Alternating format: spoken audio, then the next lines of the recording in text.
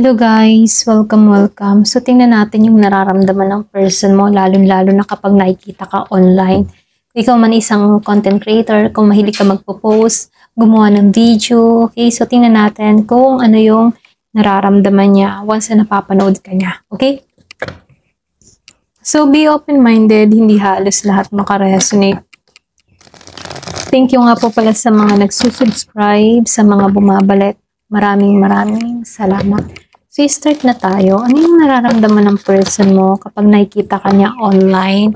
Okay, lalo na yung mga picture mo, post mo, or kung ikaw man ay vlogger, content creator, sa panahon ngayon, ano yung kanyang nararamdaman?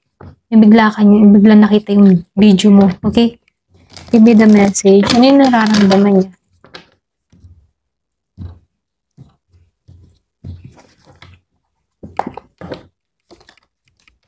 So, lumabas ang 6 of Wands. So, ibig sabihin meron talaga dito popular or pwede rin meron ka mga ginagawa sa social media. Kumbaga, nakikitaan ko dito, no, yung iba sa inyo, pwedeng nare-recognize ka ng tao na to. Okay? Ayan. Wow. So, dito, no, meron akong nakikitang Aries, Leo, Sagittarius. Meron ding Leo, malakas ang Leo. Merong Virgo. Meron akong nakikitang Gemini, Libra, and Aquarius, Virgo, Capricorn, and Taurus. So, meron din Scorpio, Cancer, and Pisces. Halos lahat andito. Nangingibabaw lang dito si Leo, si Virgo. Ayan. Ito lang yung nakikita ko. Start na tayo. And then si Gemini, ano. Meron akong nakikitang Year of the Horse. Pwedeng iba sa inyo Year of the Horse. Okay. Ayan, start na tayo. So, dito, no, nakikitaan ko dito yung overall energy ng person mo dito, no. Lalo na kapag nakikita ka na to sa social media. Medyo mix yung emotion niya rito. So, merong pride, curiosity, may attraction. So, pero may halong sakit or guilt at pagka-insecure. So, habang tumatagal, ano, para bang mas lumalakas yung impact mo sa kanya. Kahit hindi niya inaamin. Okay? So, dito, no, sa 6 of Wands, sa pride, and the 3 of Wands reverse. So, dito, sa 6 of Wands, proud siya, pero inggit ng konti. And konti lang naman. So, tuwing nakikita niya yung content mo, meron siyang sense of admiration. Para bang maganda naman yung energy niya, okay? Kaya lang dito, nalalakasan siya ng dating sa'yo, lalo na sa mga ginagawa mong video. Pero may konting inggit, kumbaga hinaing, dahil umaangat ka habang siya stuck, okay? So dito, nakikitaan ko dito sa 3 of Wands reverse, ano, may pagka-curious siya, or pwede rin nag-a-anticipate. So, inaabangan niya yung updates mo, or pwede rin hindi lang accidental, ano, sinusubaybayan ka niya. Okay? So, may feeling na, ano na kayang ginagawa niya ngayon? Ganun yung energy, ano? Or pwede rin, ano kaya yung next moves niya? Okay? So, meron akong nakikitang longing, or pwede rin, may pag-asa. So, nakikitaan ko rin dito yung strength. So, meron ditong the Hermit reverse. So, ibig sabihin, ano, merong pagtitimpi siya dito sa strength. Kumbaga, nagkocontrol ng kanyang nararamdaman. So, may attraction siya, merong desire, at kumbaga meron siyang desire na mag-reach out, ganon. So, pero kinokontrol niya yung sarili niya dito dahil ayaw niyang magpakita ng kahinaan, okay? So, dito, nakikitaan ko rin dito yung the Hermit reverse. So, ibig sabihin, gusto niyang lumabas sa silence niya. So, nakikitaan ko dito, may urge na bumalik or pwede rin magparamdam dito, no? Tuwing nakikita niya yung content mo, napipilitan siyang lumabas sa pag-iwas mode para bang ayaw na niya magtago or ibang tipo na kahit hindi pa siya handa, ayaw na niya magtago. Pwedeng gusto niya mag-like, mag-comment sa'yo or mga musta sa'yo, okay? Kumbaga, nagiging irritable siya. Lalo na kapag maraming napuri or nag-heart sa'yo or nagpupuso sa'yo, no? Pwedeng nagselos or nag-jealous siya dito, okay? So, nakikitaan ko dito, no, sa 10 of Swords, upright, may kirot, pwedeng may nararamdamang pagsisisi. Okay? So, every time na nakikita ka niya, may tumutusok na guilt or sakit sa kanyang dibdib. Okay? So, either nasasaktan, yung matipong either nasasaktan siya or pwede rin naaalala niya yung nasaktan ka niya or naaalala niya yung iniwan ka niya or hindi niya hinandle yung relationship. So, nararamdaman niya na siya yung may kasalanan, okay? Kung bakit naging ganun kayo, okay? Kung ganun yung energy niya dito, yung bang tipo na, ako yung may kasalanan kung bakit nagkaganito kami, okay? So ngayon, nare-realize niya na siya yung may mali, okay? So nakikitaan ko rin dito sa The Sun of Pride, napapasaya mo siya.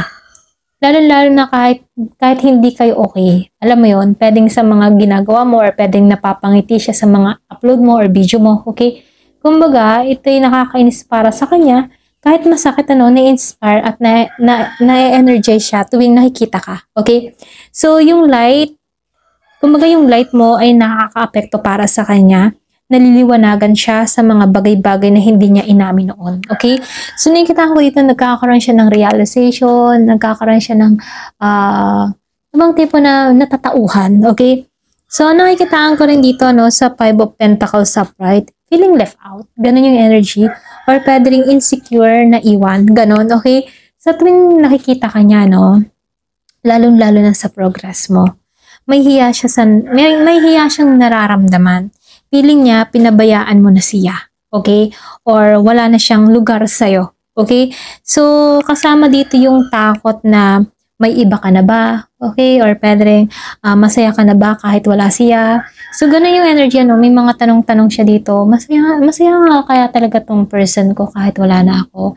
May iba na kaya nagpapatibok sa puso niya ngayon. Okay? So, ganun meron siyang mga ganong pumapasok sa kanyang kaisipan dito.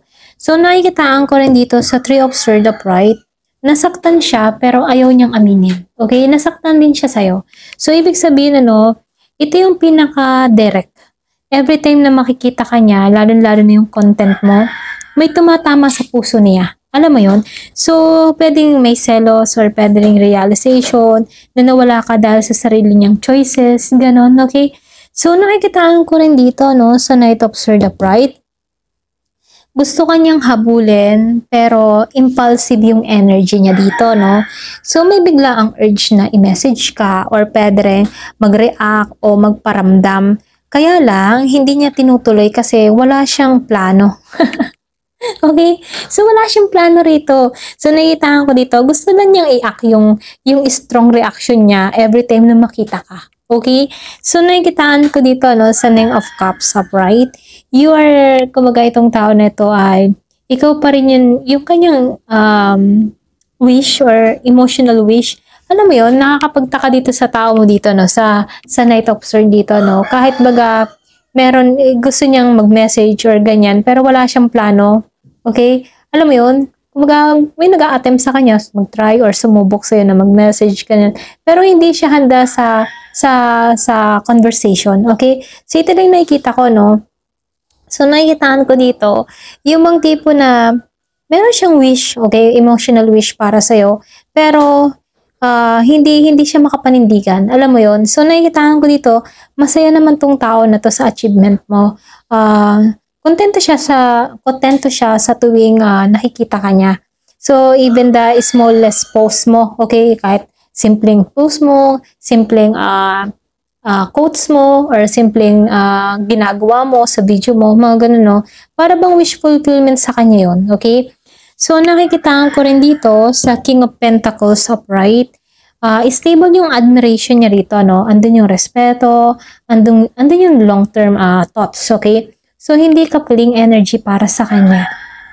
So, nakikitaan ko dito, tuwing nakikita ka niya, nagiging seryosong isip niya. Okay? So, yung bang tipo na napapatino siya, alam mo yon, kahit kung meron kang person na playboy, playgirl, kung meron kang mga ginagawa, medyo nagkakaroon to ng realization, okay? Or pwede rin meron kang mga quotes, message na kung saan, meron kang mga ginagawa na kung saan sumasapul sa kanya rito. Okay?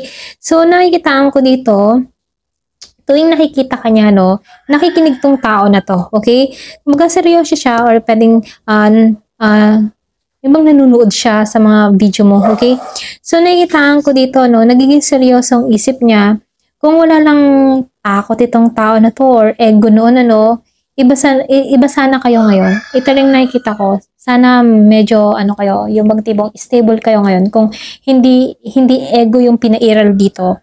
So, nakikitaan ko dito, kaya niya naman maging stable pagdating sa relasyon, ano? Kaya lang, meron tong kinatatakutan kung bakit nagkakaganito tong person mo, okay?